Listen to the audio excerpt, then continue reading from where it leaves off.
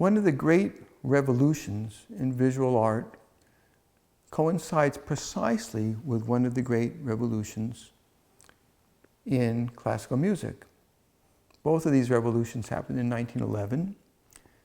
That's when Kandinsky began to paint non-representational canvases, and when Schoenberg began to compose non-tonal music. And they knew about it mutually. In fact, they corresponded. And the letters that they wrote one another at this historic moment are amazing to re-encounter. I have a few of them here in my hand. Here is Kandinsky, for instance, writing to Schoenberg, "In your works, you have realized what I have so greatly longed for in music." And Schoenberg writing back, "I thank you most warmly for your letter. Art belongs to the unconscious.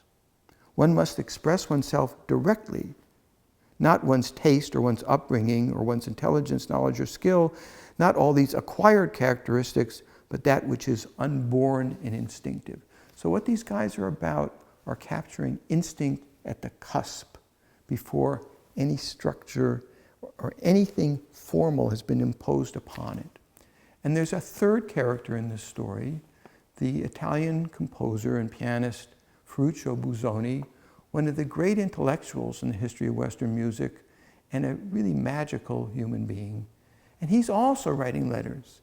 He's corresponding with Schoenberg on the very same topic. Busoni calls his music Urmusik, or absolute music. He says that music is in its purest state before the superimposition of structure, and he gives us an example, the transition to the fugue in the finale of Beethoven's Hammerklavier Sonata.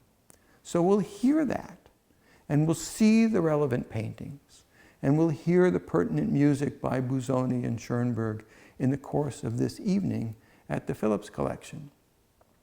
And when we've done all of that, which includes paintings and music and letters, we're going to follow Schoenberg to the New World as a Jewish refugee from Hitler and experience his musical response to the bombing of Pearl Harbor, an American-European masterpiece, the Ode to Napoleon, composed in 1942. So I think it's fair to say this will be an event like no other.